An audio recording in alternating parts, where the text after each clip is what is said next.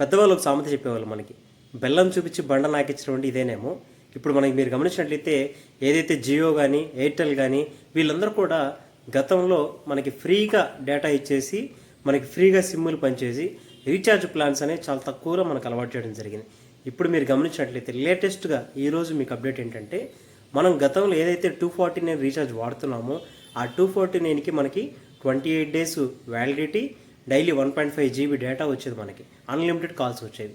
ఇప్పుడు ఆ 249ని మరలా మేము లాస్లోకి వచ్చామరా బాబోయ్, మమ్మల్ని కొంచెం కాపాడండి, మేము ఈ లాస్లను తట్టుకోవాలంటే మరలా మాకు కొంచెం రేట్లు పెంచుకోవాలని చెప్పి గవర్నమెంట్ రిక్వెస్ట్ చేసి మరలా వాళ్ళ రీఛార్జ్ ప్యాక్లను ఇప్పుడు 249 కాస్త 50 రూపీస్ పెంచి 299కి చేర్చారు. మేబీ రానున్న 3 months 4 monthsలో ఇంకా ఎక్కువ అయ్యే అవకాశాలు ఉన్నాయి. దీన్ని బట్టి ఈ డేటాకి మనం ఎంత బానిస అయ్యామో, మనల్ని వాళ్ళు ఫ్రీగా ఇచ్చి ఎలా బానిసలను చేశారో మీరందరూ గమనించాల్సినటువంటి సంఘటన ఇక్కడ ఉంది. ఇప్పుడు ఏదైతే కంటెంట్ మీతో నేను షేర్ చేసుకున్నానో ఆ కంటెంట్ మీకు నచ్చినట్లయితే ఖచ్చితంగా లైక్ చేయండి, కామెంట్ చేయండి, షేర్ చేయండి. జై హింద్.